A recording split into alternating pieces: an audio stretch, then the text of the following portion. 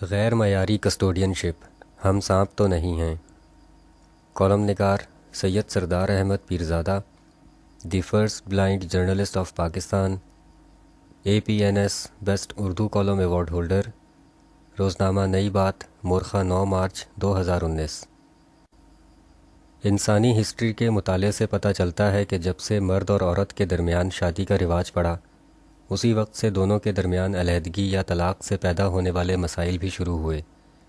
یہ الگ بات کہ ان مسائل پر بہت دیر بعد توجہ دینی شروع کی گئی، لیکن اب بھی ایسے حل طلب ایشوز ہیں جو بہت سنگین ہیں۔ طلاق کے بعد کے عمومی مسائل میں سب سے اہم مسئلہ بچوں کی پرورش اور کسٹوڈینشپ کا ہوتا ہے۔ طلاق کے بعد کے حالات کو جتنا بھی موافق بنا لیا جائے، اس کے مختلف اثرات بچوں پر ضرور پڑتے ہیں۔ مختلف ممالک میں ان اثرات کی نوعیت اور شدت مختلف ہوتی ہے۔ ان اثرات کے نتائج کا تعلق اس معاشرے کے ثقافتی پس منظر، مذہبی رسم و رواج اور قوانین پر ہوتا ہے۔ مغربی ممالک میں بچوں کے حوالے سے عمومی قوانین بھی بہت سخت اور چیک اینڈ بیلنس کے نظام کے تحت ہوتے ہیں۔ ان ممالک میں عموماً مذہبی رسم و رواج سے دوری اور ثقافت میں روایتی خاندانی نظام کا نظریہ ختم ہو جانے کے باعث طلاق شدہ والدین کے بچے نفسیاتی، معاشرتی اور معاشی خستہ حالی سے کسی قدر محفوظ رہتے ہیں۔ وہ ممالک جہاں بچوں کے حوالے سے عمومی قوانین زیادہ بہتر نہیں ہیں اور نہ ہی ان پر عمل درآمد کا نظام بہتر ہے، ان ممالک میں مذہبی رسم و رواج سے قربت اور ثقافت میں روایتی خاندانی نظام کا نظریہ بھی موجود ہونے کے باعث طلاق شدہ والدین کے بچے نفسیاتی، معاشرتی اور معاشی خستہ حالی میں زیادہ مبتلا رہتے ہیں۔ پاکستان کا شمار دوسری قسم کے ممالک میں ہوتا ہے۔ ہمارے ہاں طلاق کے بعد کسٹوڈینشپ روایتی طور پر ماں کو ملتی ہے، لیکن کبھی کبھار بچوں کی کسٹوڈینشپ باپ کو بھی مل جاتی ہے۔ یہ بڑی بدقسمتی کی بات ہے کہ اسلامی جمہوریہ پاکستان میں گارڈینشپ کا قانون 129 برس پرانا ہے، جسے گارڈینز اینڈ وارڈز ایکٹ 1890 کہا جاتا ہے۔ گزشتہ 72 برسوں سے کسی حکومت، وکلا کی کسی تنظیم یا سول سوسائٹی کے کسی ادارے کو یہ توفیق نہیں ہوئی کہ وہ معصوم بچوں کی گارڈینشپ کے حوالے سے 129 برس پرانے قانون کو جدید تقاضوں کے مطابق خود بنائے یا بنانے کے لیے عدالت میں چیلنج کرے۔ طلاق شدہ والدین کے بچوں کے مسائل کو 2 بڑے خانوں میں تقسیم کیا جا سکتا ہے۔ پہلا یہ کہ ان کے والدین میں سے کسی کو ان کی کسٹوڈینشپ مل جانے کے بعد وہ بچے ماں یا باپ کسی ایک سے دور ہو جاتے ہیں۔ دوسرا یہ کہ وہ اپنے جس کسٹوڈین والدین کے ساتھ رہتے ہیں، وہاں انہیں نئے ثقافتی، معاشرتی اور معاشی مسائل کا سامنا کرنا پڑتا ہے۔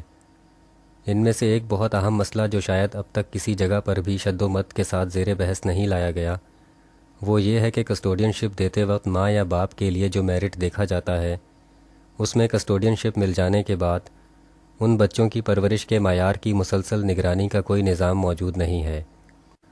مطلب یہ کہ جب بچے اپنے کسٹوڈین کے پاس چلے جاتے ہیں تو ان کی نفسیاتی، معاشرتی اور معاشی پرورش کا معیار مسلسل برقرار رہتا ہے یا نہیں، یا ان معصوم بچوں پر آسمان سے گرے کھجور میں اٹکے والا محاورہ فٹ آتا ہے۔ اسے سمجھنے کے لیے 2 سچی مثالیں اسٹڈی کرتے ہیں۔ پہلی مثال میں ماں کسٹوڈین ٹھہرتی ہے۔ وہ اپنے اکلوتے بیٹے کو لے کر اپنے والدین کے ہاں رہائش اختیار کرتی ہے۔ شروع میں دی گئی 2 مختلف معاشروں کی مثالوں میں سے ہمارا تعلق دوسرے قسم کے معاشرے سے ہے، اس لیے طلاق یافتہ مذکورہ ماں نفسیاتی اور معاشرتی دباؤ میں ہونے کے باعث اپنے بیٹے پر اپنی محرومیوں کا غصہ اتارتی رہتی ہے۔ اس ماں کی ذہنی کیفیت یہ ہوتی ہے کہ کبھی وہ اپنے بیٹے سے بہت پیار کرتی ہے اور کبھی اس کی بہت مار پیٹ کرتی ہے۔ گویا اس ماں کا اپنے بیٹے کے لیے رویہ ہر 2 صورتوں میں شدید ہوتا ہے۔ اس کے علاوہ وہ ماں اپنے ماں باپ کے ہاں رہتے ہوئے بھی اپنے ماں باپ سے ہی اکثر ناراض رہتی ہے۔ ناراضگی کے دنوں میں وہ اپنے آپ کو اور اپنے بیٹے کو ایک کمرے تک محدود رکھتی ہے۔ مختصر یہ کہ وہ بیٹا اس نفسیاتی اور معاشرتی دباؤ میں جوان ہو جاتا ہے اور ماں کے مسلسل غیر متوازن رویے کے باعث اس سے اکتا کر بالغ ہونے کے بعد اپنے باپ کے پاس چلا جاتا ہے۔ دوسری مثال میں کسٹوڈینشپ والد کو مل جاتی ہے۔ اس کے گھر میں بوڑھے ماں باپ کے علاوہ کوئی نہیں ہوتا۔ اب بچے اپنے دادا دادی کے پاس رہتے ہیں۔ ہمارے معاشرے میں گھر کے کام کاج کی ذمہ داری عمومی طور پر خاتون پر ہوتی ہے۔ مذکورہ گھر میں بوڑھی دادی کے علاوہ کوئی اور خاتون نہیں ہوتی، اس لیے معصوم بچوں کی دیکھ بھال اور ان کے کام کاج کی تمام تر ذمہ داری بوڑھی دادی کے ناتواں کندھوں پر آ جاتی ہے۔ اب یہاں یہ بات بہت اہم ہے کہ وہ خاتون خود عمر کے اس حصے میں ہے جہاں تقریباً ہر انسان بہت سی بیماریوں کا شکار ہوتا ہے، جس کے لیے عمر کے اس حصے میں معمولی کام کاج بھی ایک مسئلہ ہوتا ہے، چہ جائے کہ معصوم بچوں کی دیکھ بھال اور کام کاج کا بوجھ بھی اس پر پڑ جائے۔ ایسی صورت میں والد کا کسٹوڈین شپ حاصل کرنا صرف ایک ضد کے علاوہ اور کیا ہو سکتا ہے، جس کا مقصد اپنی سابقہ بیوی کو سزا دینا ہو، لیکن در حقیقت سابقہ بیوی کی نسبت وہ اپنے ہی بچوں اور اپنی ماں کو زیادہ سزا دے رہا ہوتا ہے۔ مندرجہ بالا دونوں مثالوں میں یہ بات سامنے آتی ہے کہ کسٹوڈین شپ مل جانے کے بعد بچوں کی دیکھ بھال اور پرورش کے مناسب حالات نہیں تھے۔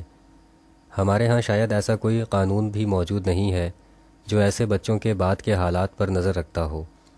اس حوالے سے تجویز ہے کہ فیملی لاز اور کسٹوڈین شپ قوانین میں یہ ضروری ترمیم کی جائے کہ بچے جس کسٹوڈین کے پاس رہ رہے ہوں اس گھر کی متواتر انسپیکشن کی جاتی رہے۔ اس کے لیے عدالت کوئی تھرڈ پارٹی اتھارٹی بنائے جو بچوں کے طرز رہائش، ان کے روزمرہ معمولات اور ان کی دیکھ بھال کرنے والے افراد کی صحت، معاشی اور معاشرتی حالات کے بارے میں رپورٹ مسلسل عدالت کو دیتی رہے، اور یہ عمل بچوں کے بالغ ہونے یعنی 18 برس کی عمر تک پہنچنے تک جاری رہے۔ غیر معیاری کسٹوڈین شپ سے ہم بچوں کا معصوم بچپن کھا جاتے ہیں۔ سانپ اپنے بچوں کو کھاتا ہے مگر ہم سانپ تو نہیں ہیں۔ شکریہ، دی اینڈ۔